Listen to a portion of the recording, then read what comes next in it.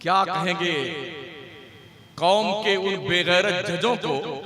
दिल्ली की उच्च न्यायालय ने ये फैसला सुनाया कि हिंदुस्तान में समलैंगिक की परमिशन दी जाती है, लड़का लड़के से शादी कर ले और लड़की लड़के से शादी कर ले। कहां बैठे हैं ये कोर्ट में बैठे हुए जज, जिनको इस बात की गरिमा का एहसास नहीं है। उन्होंने क्या घास छीला था पढ़ लिख करके। शादी का मकसद क्या है, रीजन क्या है, चाहे वो हिंदू लॉ हो या मुस्लिम लॉ हो, शादी का एक ही रीजन है, बच्चे पैदा हो, नस्लें फरोग पाएं, हमारी नस्ल की अफजाइश हो। ये मकसद शादी का है। लड़का लड़की से शादी, लड़के से शादी करेगा और लड़की लड़की से शादी करेगी, तो कौन सी नस्ल मार से वजह बनेगी। दुनिया के पास कुछ है नहीं, जो खजाना है वो आपके पास है, एक किताबी शक्ल में है। जो किताब बाज़ाब्ता तौर पे जुज़दान में रुखे ज़ेबा को छुपा के ताक पर तशरीफ रखती, उसे कुरान कहते हैं। कुरान के नुज़ूल का मकसद क्या है? अल्लाह फरमाता है इन हाज़ल कुरान यहदी लिल्लती ही अक़वम। बेशक ये कुरान पूरी दुनिया की रहबरी के लिए तशरीफ लाया है।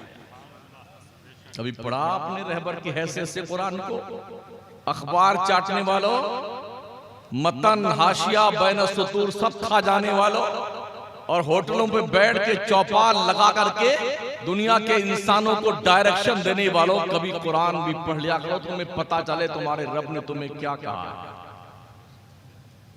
चोरा भी खूब मनकबत पढ़। अच्छा, कोई शायर रात भर नबी की नात पढ़ता रहे, जल्दी एक बंदा नहीं उठेगा, और पीर की शान में एक मिसरा पढ़ दे ना, बेटे ऐसे नाचते हुए रुपया गड्डी गड्डी लेके आते हैं, पगला गए। ताजिया बनकर पीर बैठता है, इल्ला माशाअल्लाह, पूरी रात जलसे का तमाम तर नुक्ते कमाल उस तरफ मुतवज्जे होता है, पीर साहब पीर साहब पीर साहब। तो ये जो कौम हमारी आई घास छिलने के लिए आई। कभी जब अगर आपके तोंद शरीफ पे गुरूर की चर्बी चढ़ने लग जाए ना, तो तन्हाई में अपने कब्रिस्तान का एक बार चक्कर लगा लो और पूछो उन मुर्दों से जिसमें आपके परदादा, लकड़दादा, पकड़दादा, धकड़दादा, अब्बा हुजूर जो तशरीफ ले गए हैं, या प्रधान जी, महोदय जी, मिनिस्टर साहब, पूछिए कैसे हैं जनाब, तबीयत शरीफ ठीक तो है आपकी? किसी कब्र से जवाब तो नहीं आएगा। हाँ, खामोश सन्नाटा ये जरूर आपके दिमाग पे झन्नाटेदार थप्पड़ मारेगा। जालिम, मौत से किसको रुस्तगारी है, आज वो कल हमारी बारी। चंदे कर लिए, जलसे कर लिए, हड़बोंग मचा ली, बहुत कामयाब जलसा हुआ। हिंदुस्तान के पाटिया से सुन्नियों तुम साफ होते जा रहे हो, वहां भी गधे की तरह पूरी सुन्नियत चरता हुआ जा रहा है, इसलिए कि तुमने अपना ट्रैक छोड़ दिया है। तुम्हें जो करना चाहिए था वो तुम करना भूल गए, नहीं छोड़ दिया तुमने करना, और तुमने ये समझ लिया कि शायद जलसे में खूब नारे लगा देना यही सुन्नियत के कामयाबी की जमानत है। रॉन्ग नंबर है, नॉनसेंस। ये जलसे की कामयाबी नहीं है, पैसे की बर्बादी है, बर्बादी।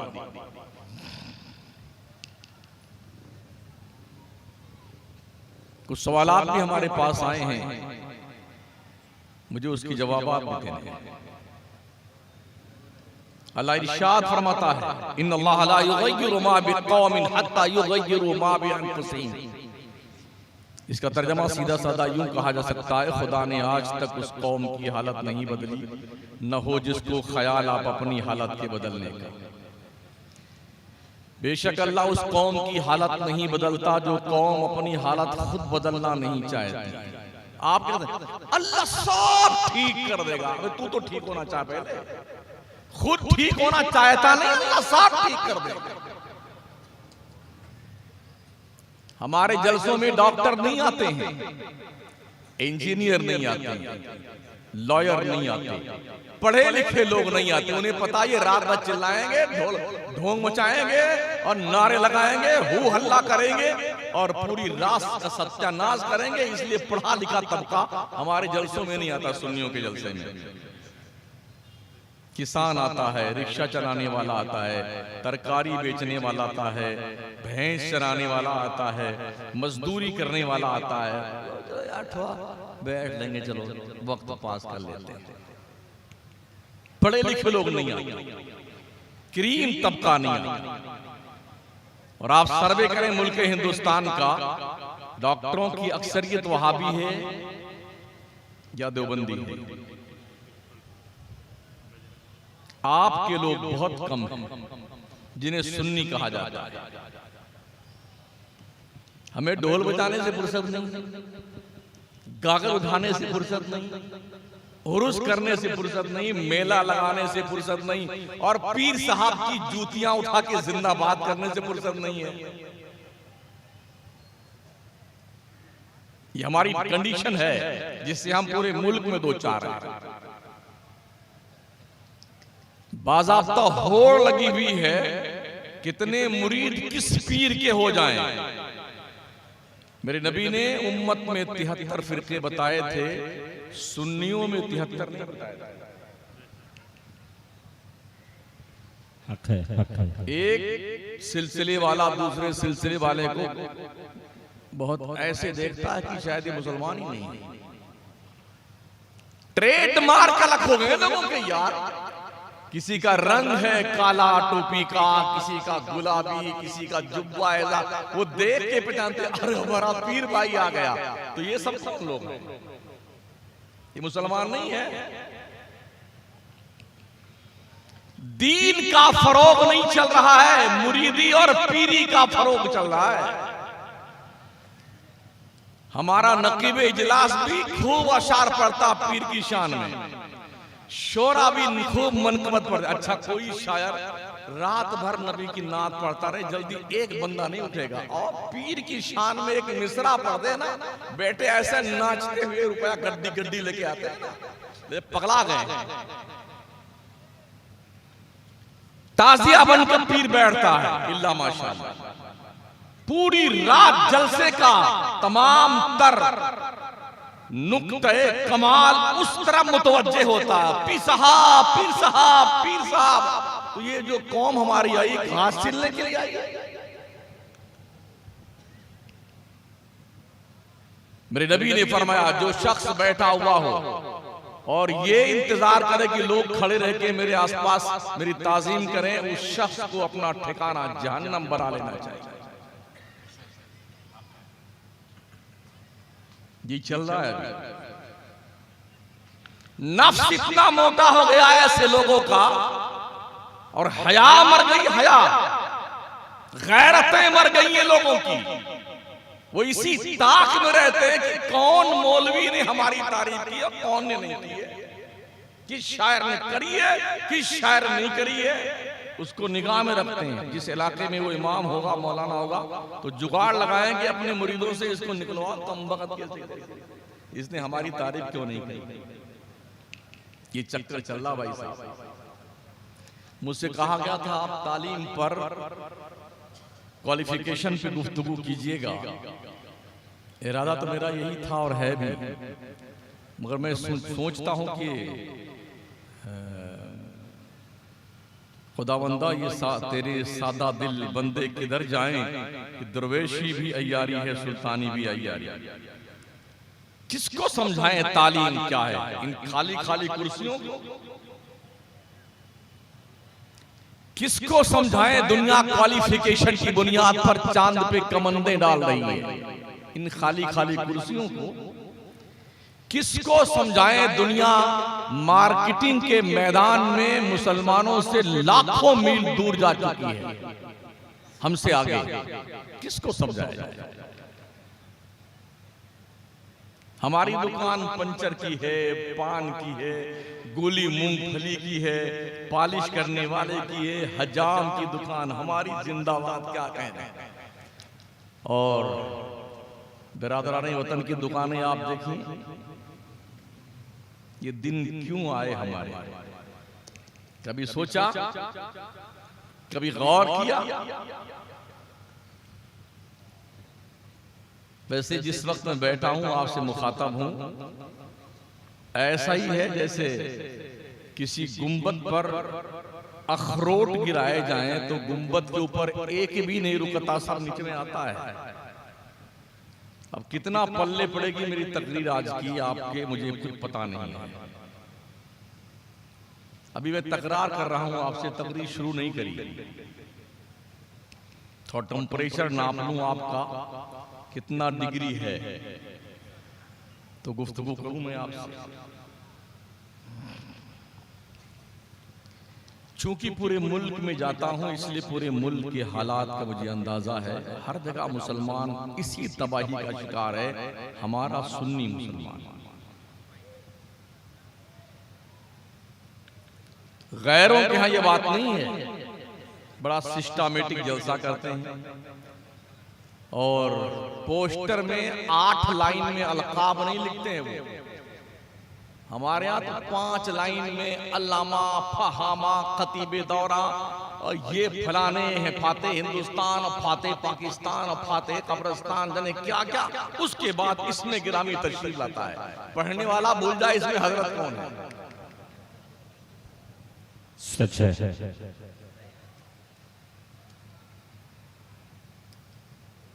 दोस्ताने मोहतरम, अजीजाने गिरामी, अगर हमने जल्द ही होश के नाखून नहीं लिए तो कुछ बचेगा नहीं बचाने के लिए। ये जो 2 चंद दिखते हैं ना, ये भी गायब हो जाएगा। वहाबी जमीन से उगा नहीं है और ना बारिश की तरह बरसा है, हमारी ही कंपनी से टूट टूट करके वहाबी बने। सुन्नियों की जमात से निकल निकल कर देवबंदी बने। क्यों? इसलिए कि हमने कुछ नहीं समझाया अपनी कौम। 50-60 साल से जलसा सुनने वाले से अगर पूछ लिया जाए वाजिबाते नमाज क्या है, फराइज़े नमाज क्या है, शरायते नमाज क्या है, शायद कोई बता सके हमारी कौम में।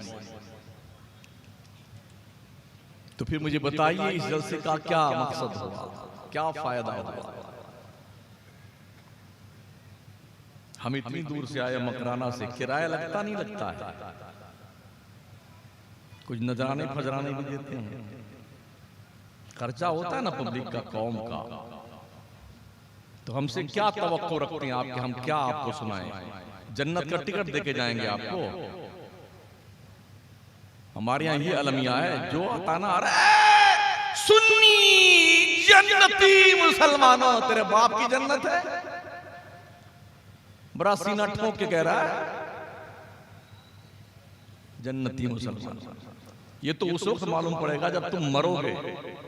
अगर ईमान पे मरे तो जन्नती होने का मामला है, और नहीं मरे ईमान पे तो धक्का मार के जहन्नम में ढकेले जाओगे।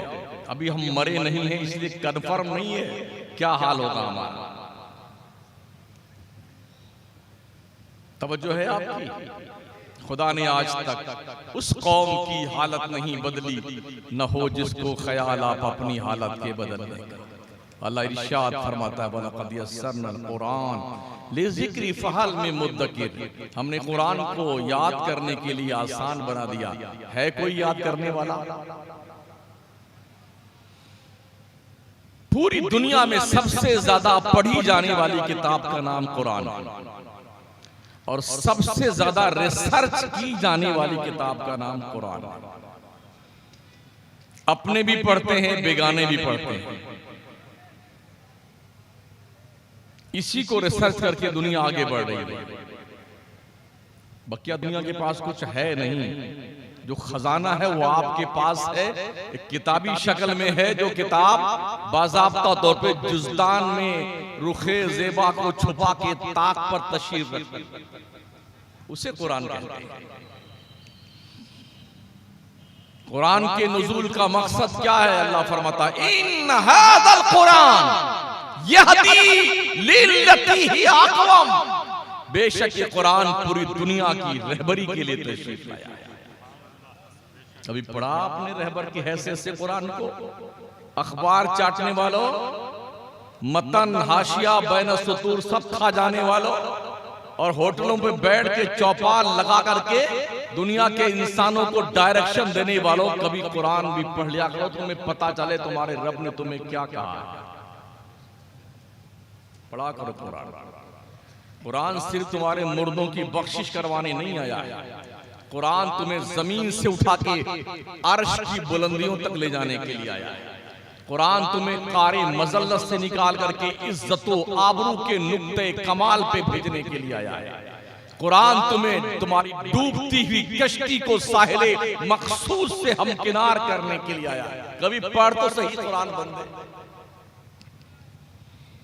हमारे नबी की तशरीफ आवरी से पहले दुनिया ने तरक्कियात के जीने तय नहीं किए थे, इसलिए कि तरक्कियों के सारे दरवाजे कुरान के पास मौजूद थे।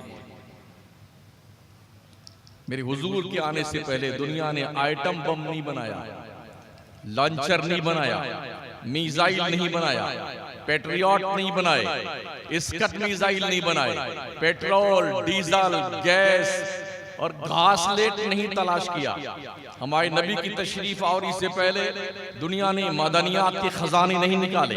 हमारे नबी की तशरीफ आवरी से पहले दुनिया ने सितारों की गर्दिश का पता नहीं लगाया। हमारे नबी की तशरीफ आवरी से पहले सूरज के शुआओं को गिरफ्तार नहीं किया। हमारे नबी की तशरीफ आवरी से पहले चांद पे प्लॉटिंग नहीं की गई। हमारे नबी की तशरीफ आवरी से पहले ये पता नहीं लगाया जा सका कि ये सितारे पैदा कब होते हैं, इनकी उम्रें कितनी कितनी हैं, बूढ़ा कब होता है, जवान कब होता है, मरता कब है।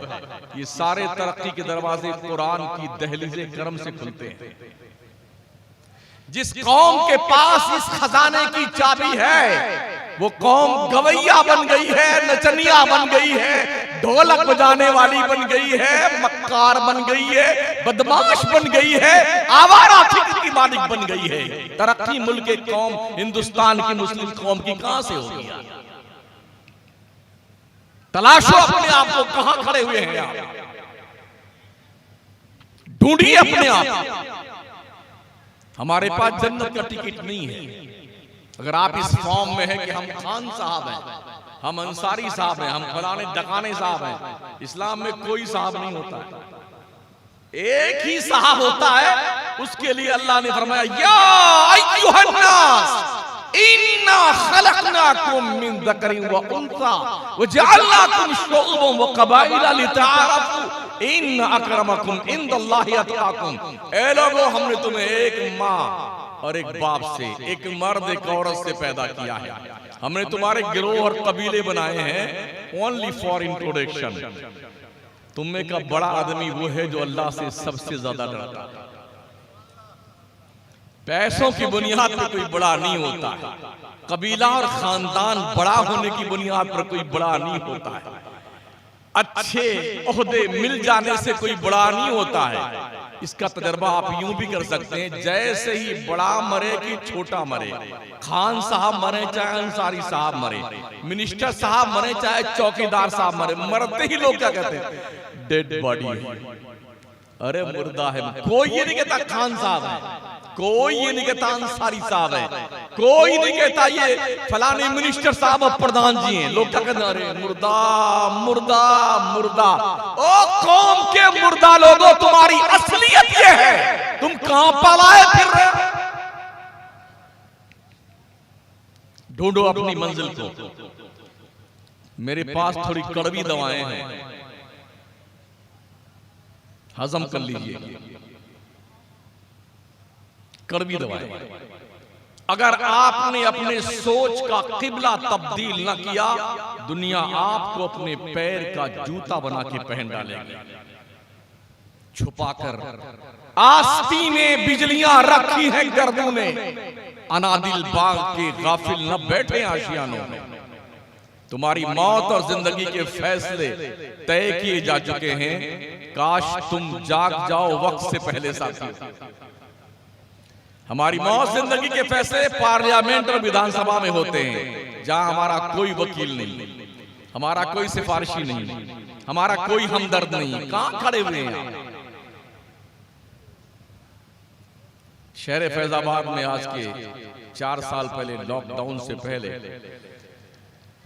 बिरादरानी वतन पड़ोस के मुसलमानों से ये कहते थे, जब तुम पाकिस्तान जाओगे तो ये अपना मकान हमको दे देना। ये प्लान लोगों ने ये ख्वाब सजाया है, जब तुम पाकिस्तान जाओगे यहां से ना तो अपना मकान हमको दे देना, दुकान हमको दे देना। मतलब ये कि लोगों ने ये ठान लिया कि इनको पाकिस्तान भेजा जाए, जबकि हमें पाकिस्तान से क्या ताल्लुक। हम क्या जाने पाकिस्तान किधर है। तुमने बनाया, तुम जानो पाकिस्तान को, हमने थोड़ी बनाया। हम ख्वाजा के हिंदुस्तान में रहते हैं, भारत के एक एक सेंटीमीटर की जमीन के हिफाजत करने का शौक और हौसला रखते हैं। हमें ये सोचना होगा कि हम अगर पढ़े लिखेंगे नहीं ना, तो याद रखना दोस्तों, याद रखना, आपको सिर्फ और सिर्फ अंग्रेजों के दौर की याद ताजा करा दी जाए, गुलामी की जिंदगी बसर करने के लिए तैयार हो जाएगा। 12वीं क्लास तक पहुंचते पहुंचते हमारे मुसलमानों के बच्चे 14% ड्रॉप आउट हो जाते हैं, आगे नहीं पढ़ते हैं वो। और बच्चियां वो आगे पढ़ाई जाती हैं, रहने वाली हैं गया की, पढ़ रही हैं दिल्ली में, रहने वाली हैं यहाँ की, पढ़ रही हैं पंचगनी में, रहने वाली यहाँ की हैं, पढ़ रही हैं मुस्लिम यूनिवर्सिटी में। शेयरिंग बेस पे कमरे होते हैं, एक कमरे में एक लड़की और 3 लड़के, 2 लड़की और 4 लड़के, किराया महंगा है ना। क्या आप सोच सकते हैं इस कंडीशन में एक लड़की अजनबी, 2 लड़के अजनबी, 2 लड़कियां अजनबी, 3 लड़के अजनबी, और सोशल मीडिया के इस दौर में कि मोबाइल के ऊपर फिंगरप्रिंट के नीचे जहन्नम का शोले जवाला दहक रहा है। क्या आप तसव्वुर कर सकते हैं आबरू महफूज रहेगी किसी की? बाप सोचता मेरी बेटी कॉलेज पढ़ रही है, मेरी गुड़िया ओहो पंचगनी पढ़ने गई, मेरी लाडली शहजादी ओहो दिल्ली पढ़ रही है, बड़े खुश हैं। उस वक्त पता चलता है जब नाक यहीं से कटती है ना, पूरी की पूरी साफ हो जाती है, तब अरे हजरत कुछ कीजिए ना, कोई पलीता बना। अब क्या हो, बड़का वाला पलीता लग गया तो छोड़ के पलीता का क्या काम है भाई साहब। मेरे नबी अलैहिस्सलाम ने इसीलिए इरशाद फरमाया था, जहां 2 अजनबी, एक लड़की और लड़का होते हैं, वहां तीसरा शैतान होता है। आपकी मालूमात में इजाफा करने के लिए बता दूं, आज के 5 दिन पहले स्वीडन की सरजमीन पर, एक मुल्क है स्वीडन, वहां पर एक नया खेल बाज़ाब्ता तौर पर एक्सेप्ट किया गया है। स्टेडियम के अंदर बीच मैदान में लड़का और लड़की मादरजाद नंगे होकर के जिमा करेंगे, हम बिस्तरी करेंगे, और पूरा स्टेडियम का मर्द औरत बैठ के उसके इस नंगेपन का तमाशा देखेगा। 8 तारीख शायद अब लग गई है, आज ही वो खेल होने वाला स्वीडन में। मेरी नबी ने फरमाया था, कयामत उस वक्त तक कायम नहीं होगी जब तक मर्द औरत ऐसे ही जुफ्ती ना कर लगे जैसे कुत्ते और गधे जुफ्ती करते हैं ओपनली। वो आज शुरू हो रहा है, 2:45 बज रहे हैं, 8 तारीख लग गई है, आज ही के डेट में ये खेल होने वाला है। भरे मजमा में दिन के उजाले में ये खेल खेला जाएगा। गवर्नमेंट ने इसे मान्यता दी और बाज़ाब्ता तौर पर लाइसेंस जारी किया है। उनके नाम लिखे जा रहे हैं जो इस तरह नंगे होकर के लड़के लड़कियां जवान आएंगे और बीच मैदान में अंदर चारों तरफ से इंसानों का हुजूम होगा और बीच में एक दूसरे के साथ वो हम बिस्तरी करेंगे। ये दौर आ चुका है। कयामत की निशानियां एक के बाद एक जाहिर हो रही हैं।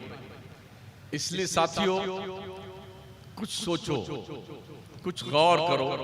कम से कम अपने बच्चों को तो आप बचा सकते हैं। अपने बच्चों के हाथ में मोबाइल नहीं, कलम दी। अपने बच्चों को कलम दीजिए, कलम।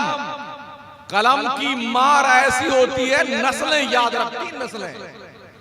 इसलिए बच्चों को मोबाइल मत थमाइए, कलम दीजिए बच्चों के हाथ में। साउथ इंडिया में जाके देखें कलम की ताकत कैसी। तालीम का महत्व क्या है, क्वालिफिकेशन की अहमियत क्या है, साउथ में जाके देखें। मुसलमान सबसे ज्यादा जाहिल है। 2% मुसलमानों की आबादी में क्वालिफिकेशन पाया जाता है। 2%। 2% हम मस्जिद के नमाजी भी हैं, 2% हमारी क्वालिफिकेशन भी है, इसीलिए 2% हमारी गवर्नमेंट की नौकरी में नुमाइंदगी भी है। मतलब ये जैसे तुम्हारी दाल भात वैसी हमारी फातिहा। हमने पढ़ना छोड़ दिया, कभी हम पढ़ते थे। आज के 500 साल पहले पूरी दुनिया का इंसान जंगल में कुत्ते बिल्ली मारता फिरता था। इल्म अगर कहीं था तो वो सिर्फ मुसलमानों के पास था, क्वालिफिकेशन सिर्फ मुसलमानों के पास थी।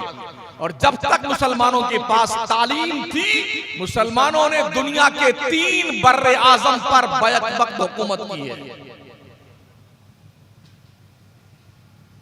हुकूमत करना है, पढ़िए। तालीम का कोई विकल्प नहीं है।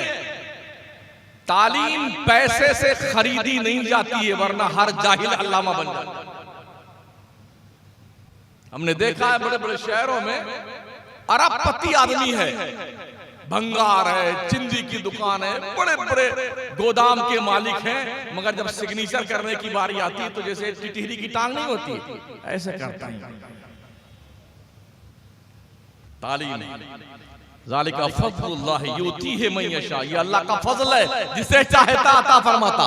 जो बोझ पहाड़ बर्दाश्त न कर सका, वो बोझ मुस्लिम कौम के इन 7 बच्चों ने अपने सीने पे बर्दाश्त किया। कुरान के 30 पारे, इन उलमा और हुफ़ाज़ की मेहनत को आप सराहना दीजिए कि इन्होंने इनके दिलों पे कुरान के 30 पारों की तहरीर लिखी है। जानती है कौन है? अल्लाह के नबी फरमाते हैं, तालिबान उलूम नबविया के पैरों के नीचे फरिश्ते पर बिछाते हैं। इनका मकाम समझा? आका फरमाते हैं, खैरुकुम मन तअल्लमल कुरान व अल्लमा, तुम में का सबसे बेहतर आदमी वो है जो कुरान सीखता है, कुरान सिखाता है। ओ कॉन्वेंट की लाइन में लगने वालों, जैसे आज तुम कॉन्वेंट स्कूल की लाइन में लग के डोनेशन दे करके, जी हुजूरी करके अपने गुड्डू मियां का एडमिशन करवाते हो ना, ऐसे कभी यूरोप का अंग्रेज करतबा के मदरसे में लाइन में खड़ा रह करके मदरसे में एडमिशन कराने के लिए आता था। और जब उसका मदरसे में एडमिशन होता था ना, तो यूरोप में खुशियां मनाई जाती थी, हमारे बच्चे का एडमिशन मदरसे में हो गया। और फिर जब वो पढ़ के जाता था तो और खुशियां मनाई जाती थी। दुनिया ने हमें, दुनिया को हमने चलने का शऊर दिया है, दुनिया को हमने जमीन के पैमाइश का मैप दिया है, नापने का इल्म दिया है। दुनिया को हम मुसलमानों ने जमीन के अंदर पाए जाने वाले खजानों का पता बताया है। दुनिया के सबसे बड़े बड़े और सबसे पहले साइंटिस्ट मुसलमान थे। आज हमारी कौम का स्कूल का स्टूडेंट, कॉलेज पढ़ने वाला, यूनिवर्सिटी में पढ़ने वाला बड़ा ताज्जुब में, और यार आइंस्टाइन कितना काबिल आदमी था, गैलीलियो कितना माइंडेड आदमी था। महोदय जी अपनी तारीख पढ़िए, ये गैलीलियो और आइंस्टाइन मुस्लिम साइंसदानों के दहलीज पे बैठ के कशकोले गदाई लेके भीख मांग करके साइंटिस्ट बने। पढ़िए अल-बैरूनी को, पढ़िए इब्न सीना को, पढ़िए खवारज़मी को। सैकड़ों वो साइंसदान मुस्लिम हैं जिन्होंने दुनिया को जीने का शऊर दिया है, जिनकी किताबें आज भी कैम्ब्रिज यूनिवर्सिटी में पढ़ाई जाती है, मुस्लिम साइंसदानों की किताबें लिखी हुई। हम घसियारे बन गए, गवैये बन गए और उछलने कूदने वाले बने, वाह वाह करके अपनी जिंदगी जमाने वाले बन गए, तो दुनिया ने हमें पैर की जूती बना दी। ये हालात हमारे, इसका जिम्मेदार कोई नहीं है, आप खुद हैं। उलमा बेचारे बड़ी मेहनत से छोटे छोटे मदरसे चला रहे हैं, छोटे छोटे मदरसे बड़ी जान फशानी से, और यहाँ भी कोई चंदा उंदा लेने आ जाए ना तो ऐसे लगता कि मौत आ गई सेठ साहब को, मौत आ गई। अभी जो नाच नाच के पैसे लुटा रहे थे ना, इनसे करते थे कि मदरसा जामे तो सुफा को चंदा दे दीजिए ना, तो ऐसे मुंडी लड़का के होंठ लड़का के बैठे मर्द सूरदा जैसे देखता ही नहीं, ऐसे करता।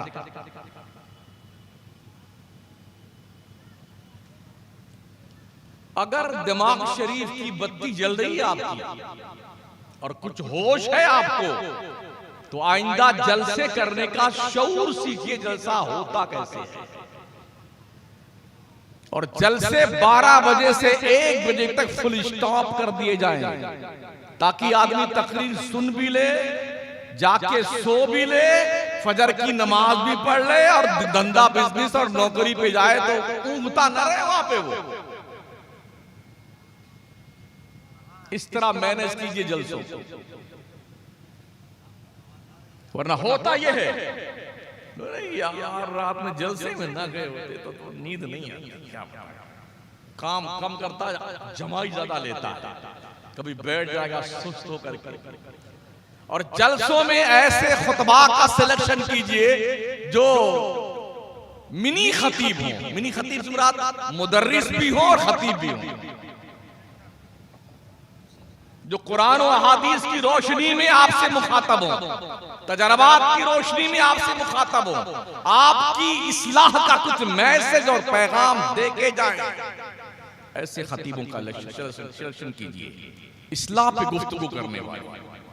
वरना इस्लाम से खारिज करने वाले तो बहुत सारे लोग हैं। दाखिला रजिस्टर किसी के पास नहीं, सिर्फ खारजा रजिस्टर, तुम इस्लाम से खारिज, तुम मसलक से खारिज, तुम मसलक आला हज़रत के दुश्मन। ये रजिस्टर हमारे पास बहुत वाफर मिकदार में है।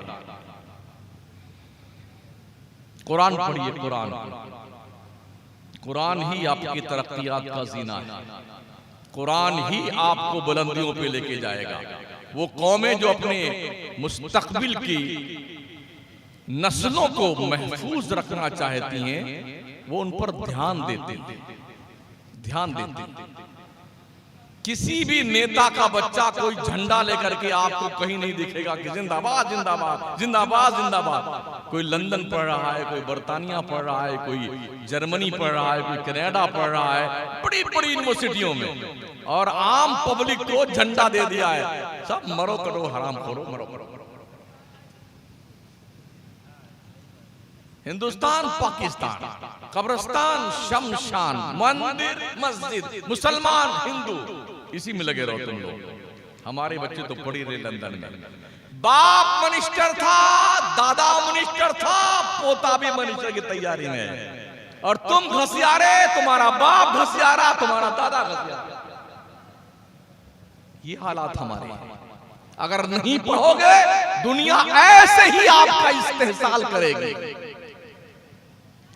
बरकाती सादात, मारारा के सादात, उनका ये फरमान है, आधी रोटी खाओ, बच्चों को पढ़ाओ। आधी रोटी खाओ, बच्चों को पढ़ाओ। लोगों, पेट पे पत्थर बांध लेना, मगर बच्चों को इल्म से महरूम मत रखना। दीन का भी इल्म होना चाहिए, दुनिया का भी इल्म होना चाहिए, बच्चों के भी मदरसे होने चाहिए, बच्चियों के मदरसे होने चाहिए। माशाल्लाह एक जामिया उम्मे हबीबा लेबनान भी देखा मैंने, इधर लगा हुआ, शायद इसी इलाके में कहीं है। ये जरूरत क्यों पेश आई है? कुछ कॉलेज और स्कूल में जहां आप समझते हैं कि हमारी गुड़िया, हमारी मुन्नी पढ़ने गई है, डॉक्टर इंजीनियर बनने गई है, समझ रहे हैं, वो भाग भाग करके कहीं और जाती हैं और 6 महीने बाद उनकी डेड बॉडी 4-4 टुकड़ों में, कहीं नदी में, कहीं नाले में, कहीं झाड़ी में, कहीं कुएं में, कहीं खड्डे में, और कहीं घर के अंदर कुआं खोद के दफन करने के बाद उनकी लाशें मिलती हैं। ये जरूरत इसलिए पेश आई है कि बच्चियों का भी इदारा हो जहां पे हमारी बच्चियां कनीजाने फातिमा बने, उन्हें एहसास हो कि हम मुस्लिम कौम की एक गैरतमंद बेटी हैं। मदरसे इसलिए जरूरी है ताकि कोई बच्चा मुसलमानों का सलमान रुश्दी न बनने पाए, अब्दुल करीम छागला न बनने पाए, अब्दुल हमीद दलवाई न बनने पाए, तारिक फतेह जैसा कुत्ता न बनने पाए। और बच्चियों के इदारे इसलिए जरूरी है ताकि कोई मुस्लिम बच्ची तस्लीमा नसरीन जैसी आवारा न बने। तवज्जो दीजिए अपने घरों पर, पर्दे का माहौल बर्पा कीजिए। चाचा वाला, मसी वाला, मामू वाला, इस्लाम में इन सब से पर्दा है। गर्लफ्रेंड, बॉयफ्रेंड, इस्लाम में इस पे चौकड़ी लगाई गई। इस जंगली कानून को इस्लाम में कोई जगह नहीं है। ना कोई गर्लफ्रेंड होता है, ना कोई बॉयफ्रेंड होता है। हम भी रोज चलते हैं ना, रोज कभी ट्रेन में, कभी प्लेन में, देखते हैं स्कूल और कॉलेज यूनिवर्सिटी के बच्चे भ्रमण पे निकलते हैं। भ्रमण पे कोई कुल्लू मनाली जा रहा होता है, कोई कश्मीर जा रहा होता है, 50 आदमी बच्चों का टोला है, कोई आबू रोड घूमने जा रहा है? तो एक एक बोगी में भरे रहते हैं बेटे, छोटी छोटी पैंटे हैं, छोटी छोटी बुशर्ट है दोनों के। जानते हो क्या देखते हैं? किसी को पता नहीं कि मेरा गुड्डू कहाँ है, मेरी गुड़िया कहाँ है। और ट्रेन में, प्लेन में वो उसका गाल नोच रहा है, वो उसका टॉपर खींच रहा है, वो उसकी पैंट खींच रहा उतार करके। आप खुश हैं कि मेरी गुड़िया कैम्ब्रिज यूनिवर्सिटी में पढ़ रही है, जामिया मिल्लिया में पढ़ रही है। महोदय जी, खबरगिरी कीजिए अपने बच्चियों की और अपने बच्चों की, कहीं ऐसा ना हो तुम्हें उस वक्त होश आए जब तक तुम्हारे पास कुछ बचाने के लिए ना बचे। इस्लाम के करीब आई, इस्लाम के दामन में पनाह लीजिए, दीन पढ़िए, मदरसों को फरोग दीजिए, बाइज्जत जिंदगी गुजारिए। आज के तकरीबन 8 साल पहले दिल्ली की जामिया मिल्लिया, JNU और कई यूनिवर्सिटीज के बच्चे और बच्चियां धरने पे बैठे थे कि हमें समलैंगिक का परमिशन दिया जाए। समलैंगिक का मतलब होता है लड़का लड़के से शादी कर ले, लड़की लड़की से शादी कर ले। क्या कहेंगे कौम के उन बेगैरत जजों को? दिल्ली की उच्च न्यायालय ने यह फैसला सुनाया कि हिंदुस्तान में समलैंगिक की परमिशन दी जाती है, लड़का लड़के से शादी कर ले और लड़की लड़के से शादी कर ले। कहां बैठे हैं ये कोर्ट में बैठे हुए जज, जिनको इस बात की गरिमा का एहसास नहीं है? उन्होंने क्या घास छीला था पढ़ लिख करके? शादी का मकसद क्या है, रीजन क्या है? चाहे वो हिंदू लॉ हो या मुस्लिम लॉ हो, शादी का एक ही रीजन है, बच्चे पैदा हो, नस्लें फरोग पाएं, हमारी नस्ल की अफजाइश हो। ये मकसद शादी का है। लड़का लड़की से शादी, लड़के से शादी करेगा और लड़की लड़की से शादी करेगी, तो कौन सी नस्ल मार्जे हो जाएगी? मैं पागलों की बात नहीं करता हूं, घसियारों की बात नहीं करता हूं, हाई कोर्ट में बैठ करके फैसला देने वाले गधे जजों की बात करता हूं, जजों की, जिन्होंने फैसले सुनाए 4 साल पहले, लॉकडाउन से पहले। तो सिर्फ स्कूल में डाल करके अपने बच्चों को मुतमईन ना हो जाएं, उनकी एक्टिविटीज पे ध्यान रखा कीजिए, उनके मोबाइल की स्क्रीन चेक किया कीजिए, उनकी चैटिंग का जायजा लिया कीजिए। अचानक स्कूल पहुंच जाया कीजिए, स्कूल की कैंटीन में जाया कीजिए, हैं, ताकि पता चले रॉन्ग नंबर तो नहीं जा रहे हैं आपकी औलादें। यही होता है। पहले आइसक्रीम खिलाई जाती है, फिर गोलगप्पे खिलाए जाते हैं, और फिर बिरयानी खिलाई जाती है होटलों पर जाके, हाँ, और फिर उसके बाद मोहब्बत की पेंगे बढ़ाई जाती है।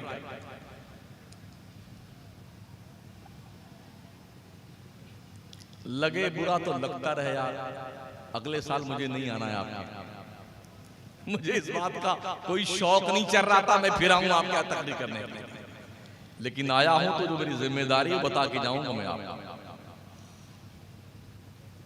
इस्लाम ने अपने मानने वालों को हुक्म दिया, बंदो सुनो सुनो, नून वल कलमी वमा यस्तुरून, कसम है कलम की, कलम जो कुछ भी लिखता है, रब ने इस कलम की कसम उठाई, दम है इस कलम में।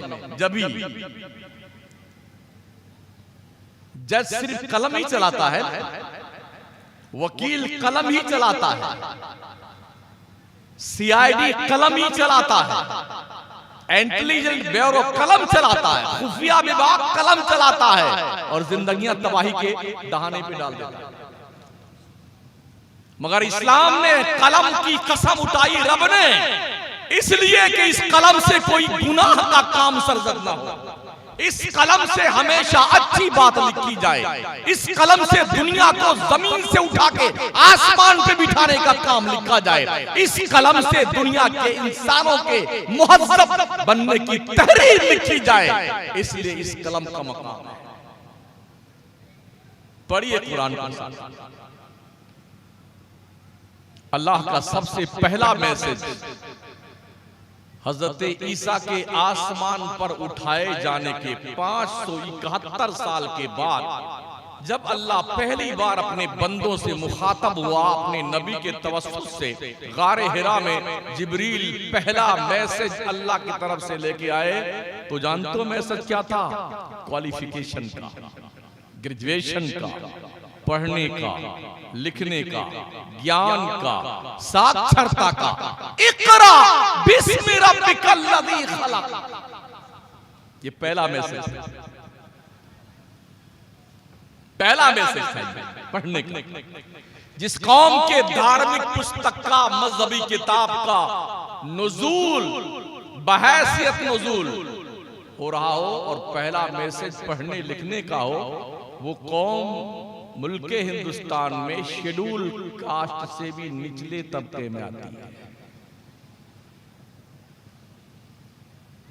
जिस दौर में पोप और चर्च के पादरियों ने यह फैसला सुनाया था, इंजील मुकद्दस किताब है, इसे कोई औरत लड़की छू नहीं सकती, इसलिए कि औरत सरापा नापाक होती है, नापाक होती है, नापाक होती है। अगर औरत ने इंजील छू लिया तो इंजील नापाक हो जाएगा। जिस जमाने में पोप और पादरियों ने ये फैसले सुनाए, उसी जमाने में करतबा के जामा मस्जिद के महल्ले में 174 बच्चियों ने तकरीबन 2000 से ज्यादा कलमी नुस्खा कुरान का लिखकर कौम को दिया। दुनिया कहती मुसलमानों ने, इस्लाम ने औरतों पे जुल्म किया है, जालिमों ने जुल्म की तहरीर अलग बना दी, तस्वीरें बदल दी हैं। जिन्होंने औरतों को नापाक लिखा और चर्च के पादरियों ने फतवे दिए, वो हमें सबक सिखाते हैं कि मुसलमानों ने औरतों को हुकूक नहीं दिए। वो मकाम औरत का है। अगर औरत अम्मा आयशा है तो पूरी दुनिया के मोमिनों की मां, औरत खदीजा है पूरी दुनिया के मोमिनों की मां, औरत फातिमा है तो रुतबा इतना बड़ा है कि वो जन्नती औरतों की सरदार है। औरत आसिया और मरियम है तो रुतबा इतना बड़ा है कि वक्त के पैगंबर ईसा की मां है, बिन बाप के बेटे ईसा की मां मरियम। ये रुतबे औरतों के। इस्लाम ने तालीम पर बहुत ध्यान दिया है। बाज़ाब्ता तौर पे हुकूमतें भी थोड़ा मेहनत करती हैं, दीवारों पे नारे लिखवाती हैं, अंगूठा टेक रहे ना एक, गाय भैंस चराएंगे फिर भी पढ़ने जाएंगे, सास बहू एक साथ पढ़ेगी, महिला अनपढ़ नहीं रहेगी। तुम आज जागे हो, इस्लाम के पैगंबर ने उस वक्त पढ़ाया था।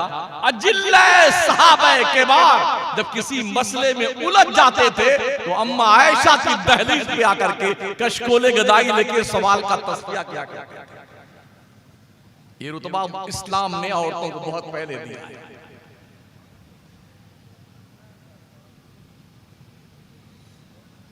तीन बज गए हैं, गोया 35 मिनट की मेरी तकरीर हो चुकी। थोड़ी देर और बोल दें, आपकी इजाजत हो तो। मेरे पास लतीफा नहीं है कि मैं आपको हंसाऊं।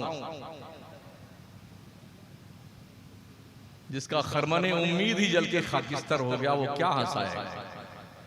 जिस कौम का बैतुल मक़दिस 90 साल से गैरों के कब्जे में हो, क्या हंसाएगा। जिस कौम की बच्चियां और जवान और बूढ़ी औरतें बैतुल मक़दिस के सहन में रोज गोलियों का निशाना बनती हूं, वो कौम को क्या हंसाएगा। जिस कौम के लोगों का हाल इजराइल की सरजमीन पर जहन्नम जैसा, वो क्या हंसाएगा। जिस कौम के तकरीबन 10 लाख यतीम बच्चे मुल्क शाम के तुर्की में पलते हो, क्या हंसाएगा आपको। जिस कौम के अंदर इराक की सरजमीन लहू लहान करके तबाह बर्बाद कर दी गई, वो क्या हंसाएगा। जिस कौम का ये हाल हो कि कश्मीर जल रहा है 2500 साल से, वो क्या हंसाएगा। जिस कौम के जेल में 70% मुस्लिम बच्चे जेल में है, वो क्या हंसाएगा। हंसिए आप। जिस कौम की औरतें बुर्का पहन करके हर सिग्नल पर भीख मांगती हुई, वो क्या हंसाएगा।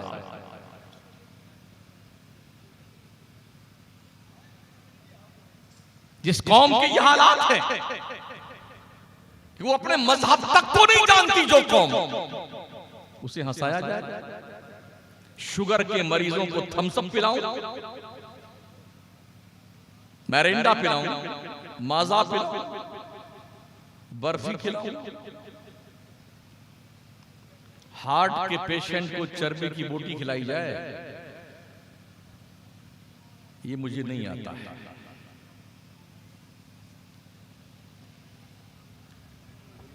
हम नहीं छोड़ेंगे बात बरमला कहना, हां नहीं शियार अपना दर्द को दवा कहना।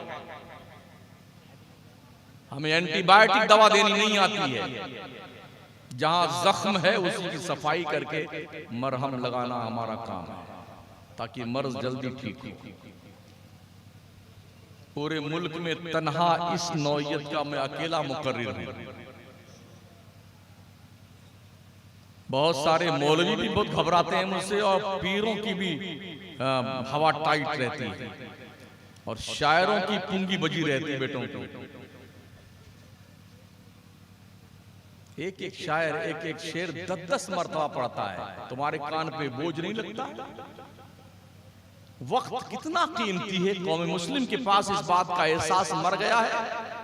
बॉम्बे जैसी सरजमीन पर आदमी को चाय पिलाने की फुर्सत, जब कभी जाके देखिए आपको ये रिश्तेदार वहां रहता हो ना, कितनी जल्दी आपको चाय पिला के फुर्सत ले लेता है। वो यहाँ जाना है, वहां जाना, वहां जाना, ट्रेन पकड़ना, छूट जाएगी, ये नुकसान होगा। क्या वक्त के कीमती होने का एहसास खत्म हो गया आपका? अगर आपने 70 साल की उम्र तक नमाज के ढंग और तरीके नहीं सीखे, तो क्या मरने के बाद जब मुनकर नकीर आएंगे कब्र में तुम्हें नमाज का ढंग सिखाने के लिए? इस इंतजार में आप हैं। क्या ये कह के आप छुट्टी पा जाएंगे अल्लाह की बारगाह में, या अल्लाह मुझे तो नमाज नहीं आती थी इसलिए मैंने नहीं पढ़ी, मुझे रोजा रखने का सलीका नहीं पता था इसलिए रोजे हमने नहीं रखे? क्या ये कह के आपको छुट्टी मिल जाएगी? अल्लाह ने खेत जोतने के लिए तुम्हें नहीं पैदा किया, धंधा बिजनेस करने के लिए नहीं पैदा किया महोदय जी। अल्लाह ने क्या फरमाया, सुनो, वामुर अहलका बिस्सलाति वस्तबिर अलैहा ला नस्अलुका रिज़्क़ा नहनु नरज़ुकुक वल आक़िबतु लित्तक़वा। अपने घर वालों को नमाज पढ़ने का हुक्म दिया करो और तुम खुद भी नमाज पढ़ते रहा करो। हमने तुम्हें रोजी कमाने के लिए नहीं पैदा किया है। अल्लाह कहता रोजी हम तुम्हें देंगे, परहेजगार बंदा परहेजगार बन जा, मेरा तकवा पैदा कर ले, मेरा डर पैदा कर ले। इसलिए जब नमाज, पहली बात तो हमारा मुसलमान नमाज पढ़ने कम ही जाता है। ये सोच रखा है नमाज तो वहाबियों के लिए, हमारे लिए क्या है? ताजिया बाबा हैं, अल्लम है, बल्लम है, ढोल है, ताशे हैं, नगाड़े हैं, टुनटुनिया है, झुनझुनिया है, उर्स है, गागर है, डबल कव्वाली, तिबल कव्वाली, इधर शाह एक कव्वाल है, इधर एक कव्वाला है। सज धज के ये शराबी कुत्ते आते हैं और हमारी कौम पूरी रात नई नई गड्डी बैंकवा से लेके आती है। अरे वाह वाह वाह, क्या बात है, जिंदाबाद, दोबारा इरशाद। और एक को मर्तबा अगर कव्वाला नाम लेने उस पगलाए हुए सेठवा का ना, तो वो और नाच के घूमता। क्या नाम ले लिया मोहतरमा ने। मैं करंट इश्यूज पे गुफ्तगू करता हूं, बाउंसर नहीं फेंकना मुझे आता। जिन हालात से हम दो चार हैं, हम उसका इलाज कर रहे हैं।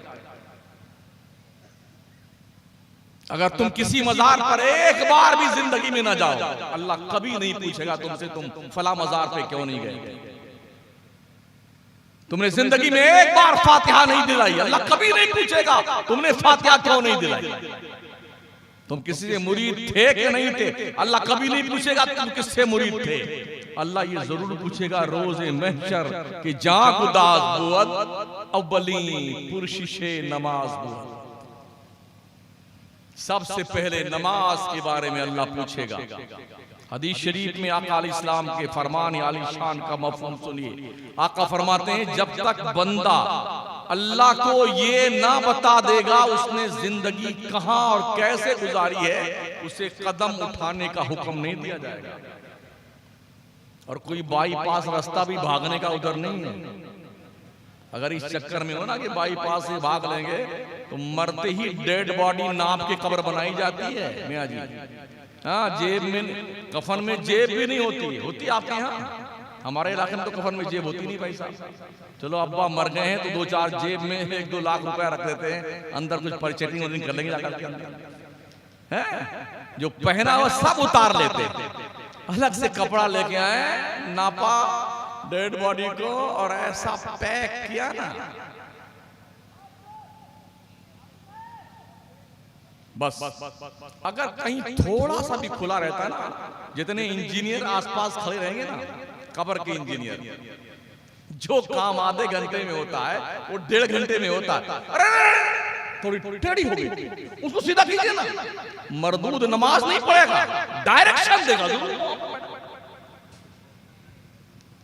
इतना भी सुराख है ना तो जल्द बंद कीजिए, वो गीली मिट्टी उठाई बंद कीजिए, ऐसा पैक कर देते हैं। आज तक किसी ने एक ट्यूब लाइट नहीं लगाई। अब्बा हुजूर अंधेरे घर में कैसे आराम फरमाएंगे। बरेली के कलंदर ने इरशाद फरमाया, अंधेरा घर अकेली जान दम घुटता दिल उकता था, खुदा को याद कर बंदे वो साथ आने वाली। सोचा कभी काली कोठरी में कैसे गुजरना हो। न पंखा है, न रोशनी है, न कोई मुनिसो हमदर्दो गमगुसार है, अकेले पड़े हैं। कब तक पड़े रहना है? जब तक नफ़्ख़े सानिया दोबारा सूर न फूका जाए तब तक पड़े रहियो अपनी कब्र में। ये मिट्टी खा जाती है, ये गाल खूबसूरत खूबसूरत आंखें, माशाअल्लाह, हाथ पैर, पूरी बॉडी डिकम्पोज हो जाती है, हड्डियां तक मिट्टी खा जाती है। कभी जब अगर आपके तोंद शरीफ पे गुरूर की चर्बी चढ़ने लग जाए ना, तो तन्हाई में अपने कब्रिस्तान का एक बार चक्कर लगा और पूछो उन मुर्दों से जिसमें आपके परदादा, लकड़दादा, पकड़दादा, धकड़दादा, अब्बा हुजूर जो तशरीफ ले गए हैं, या प्रधान जी, महोदय जी, मिनिस्टर साहब, पूछिए कैसे हैं जनाब, तबीयत शरीफ ठीक तो है आपकी? किसी कब्र से जवाब तो नहीं आएगा हाँ, खामोश सन्नाटा ये जरूर आपके दिमाग पे झन्नाटेदार थप्पड़ मारेगा। जालिम, मौत से किसको रुस्तगारी है, आज वो कल हमारी बारी है। कल तुमने भी इसी कब्र में मर के आना है, तुम्हारी औलादे भी। एक ही काम, लास्ट एक ही फैसला, मिन्हा खलकनाकुम वो फीहा नुईदुकुम मिन्हा नुखरिजुकुम तारतन उखरा। अब्बा आप जानो, आपकी कब्र जाने, हम तो चले बिल्डिंग बांटने के लिए, खेत बांटने के लिए, खजाना बांटने के लिए। इसलिए ओ लोगों, हलाल कमाओ, हलाल, ताकि मरने के बाद टूटे ना जाओ। जो गोश्त हराम पैसों से परवान चढ़ता है, उसे जहन्नम में जाने से कोई रोक नहीं सकता है। इसलिए हलाल कमाओ, भले चटनी रोटी खाओ, हमें सूखी रोटी खा लेना। कोई भूख से मरता नहीं है, आदमी मौत से मरता है, भूख से नहीं मरता है। इसलिए सूखी रोटी खा लेना, मगर हलाल के साथ। बच्चों की